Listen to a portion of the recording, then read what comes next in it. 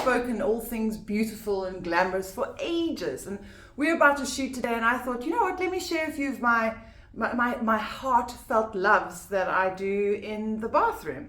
So starting off with apologies for how I look, because this is how I look pre-shoot. But anyway, what I wanted to say is, you know, almost 52, the big debate of grey or to go grey or not to go grey. Some people say grey no way, but I'm a little bit on the fence because it's quite an exhausting project if you are going to fight the grey. So what I've kind of started doing is I've allowed the grey to kind of blend, grow out and blend it, and then I'm doing the highlights around my face and around the bottom parts to become almost neutral with the grey. I'm always using the grey as a highlight. So there is a big fat debate about, does grey make one look a little bit older?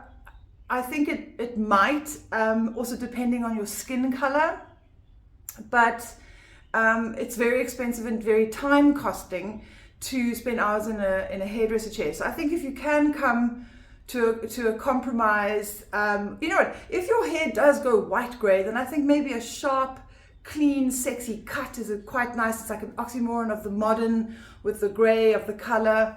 So you're keeping it modern with the cut. Other thing I do find is Milkshake, Silver Shine. Often these kind of purple shampoos, they tend to neutralize the grey and almost look a little bit more fawn, a bit more ash.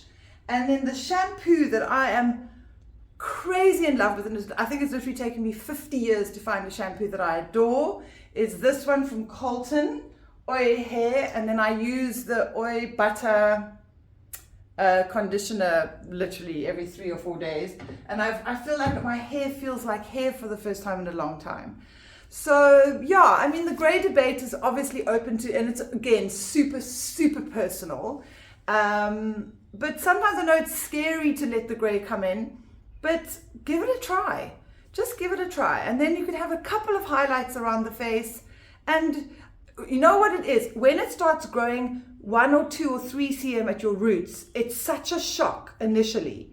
But if you can maybe just wear your hair back and soldier on, because I think once it gets to past the crown, it's actually quite nice and quite fun. And you know what, we need to accept the stages of our life.